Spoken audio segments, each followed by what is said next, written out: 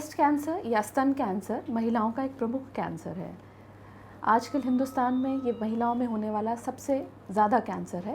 पहले बच्चेदानी के मुख का कैंसर ज़्यादा होता था, अब स्तन कैंसर सबसे ज़्यादा महिलाओं को प्रभावित कर रहा है। हालांकि ये पुरुषों में भी होता है, पर पुरुषों में इसकी मात्रा बहुत कम है। यदि 100 व्यक्तियों को कैंसर हो रहा है तो केवल 1 पुरुष होगा और 99 महिलाएँ। रेडिएशन का एक बहुत ही ज़्यादा इम्पॉर्टेंट रोल है स्तन कैंसर की ट्रीटमेंट में। अगर हम स्तन कैंसर के इलाज की बात करें तो उसमें 4 चिकित्सा प्रणालियों का प्रयोग होता है: सर्जरी, कीमोथेरेपी, रेडिएशन और हार्मोन थेरेपी। सर्जरी करने के बाद ये निश्चित किया जाता है कि महिला को रेडिएशन की आवश्यकता है कि नहीं। कौन सी सर्जरी हुई है इस पर भी निर्भर करता है कि रेडिएशन की जाएगी कि नहीं की जाएगी।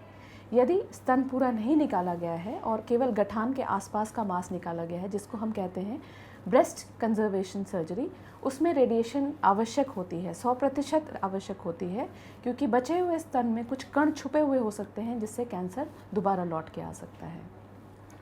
अगर पूरा स्तन निकाला गया है उसके बाद भी लगभग 70% महिलाओं को रेडिएशन की आवश्यकता पड़ती है।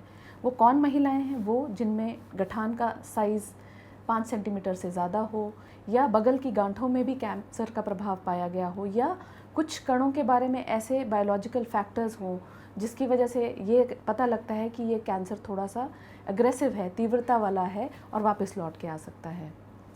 रेडिएशन यदि हम करते हैं तो उसकी अधिकतम सीमा 3 से 5 हफ्ते की रहती है। रेडिएशन रोज़ किया जाता है, सोमवार से शुक्रवार। शनि इतवार 2 दिन शरीर को आराम के लिए दिया जाता है। हम एक मुखौटा बनाते हैं पहले छाती का। उसका पर्पस ये होता है कि रेडिएशन के दौरान व्यक्ति मूव ना करे, रेडिएशन गलत जगह ना जाए। मुखौटा बनाने के बाद एक सीटी स्कैन किया जाता है। उस पर कंप्यूटर में हम ये चीज़ निश्चित करते हैं कि कहाँ से किरणें देनी है, कौन कौन से अंग हैं जिनको रेडिएशन से बचाना है। प्रमुख तौर पे हार्ट, हृदय, फेफड़े, मेरुदंड, स्पाइनल कॉर्ड और खाने की नली हैं जो हम बचाते हैं रेडिएशन के कुप्रभावों से। रेडिएशन जब हम प्लान करते हैं, किसी व्यक्ति को 3 हफ्ते की चाहिए होती है, किसी को 5। वो हर व्यक्ति की अलग होती है। यदि स्तन कैंसर निकाला नहीं गया है पूरा और केवल गांठ के आसपास और बगल की गांठें निकाली गई हैं, तो हम हाइपोफ्रैक्शनेटेड या 3 हफ्ते का रेडिएशन कर सकते हैं। यदि पूरा स्तन निकाला गया है तो ज़्यादातर हम 5 हफ्ते की रेडिएशन करते हैं। रेडिएशन करने की तकनीकें भी बहुत अलग अलग होती हैं, हर एक व्यक्ति की अलग होती है। कुछ लोगों को हम बाहर से विकिरण देते हैं, कुछ लोगों को हम अंदरूनी रेडिएशन देते हैं। बाहर से विकिरण एक एक्सरे होता है जो कि डेली शरीर पे दिया जाता है। 3 से 4 मिनट की ये रेडिएशन होती है और उसके बाद घर भेज दिया जाता है। जो अंदरूनी रेडिएशन होती है उसमें ऑपरेशन के द्वारा कुछ नलकियाँ डाली जाती हैं ट्यूमर के आसपास वाले एरिया में, और उसमें जो रेडिएशन का सोर्स है ट्यूमर के आसपास के एरिया में ही जाके किरणें वहीं देता है। पर ये केवल बहुत ही लिमिटेड महिलाओं को दिया जा सकता है। वो महिलाएं जो कि 60 वर्ष से अधिक हैं, ट्यूमर बहुत ही छोटा 2 सेंटीमीटर का रहा हो या बगल में गांठें ना रही हों। जिस भी प्रकार की रेडिएशन हो, कुछ साइड इफ़ेक्ट हम ज़रूर देखते हैं मरीज़ों में। मुख्य तौर पे उल्टी का मन होना, कमज़ोरी आना, खून में कमी आना, चमड़ी में थोड़ा सा लालगी आना या खुजलाहट आना रेडिएशन के दौरान दिखता है।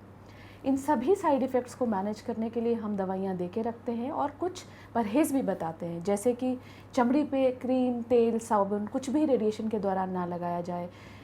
सूती कपड़े पहने जाएं जो कि खुले हों और चमड़ी के साथ रगड़ ना लगाएं। अगर सारे साइड इफ़ेक्ट्स को दबाना है तो डाइट और न्यूट्रिशन का बहुत रोल रहता है। खूब फ्लूइड्स लिए जाएं, और ये सब जो साइड इफ़ेक्ट्स को बचाने के लिए हमने आपको टेक्निक्स बताई हैं, अगर आप फॉलो करते हैं तो रेडिएशन बहुत ज़्यादा कष्टकारी नहीं होता है और आगे जाके जीवन फिर सुधर जाता है।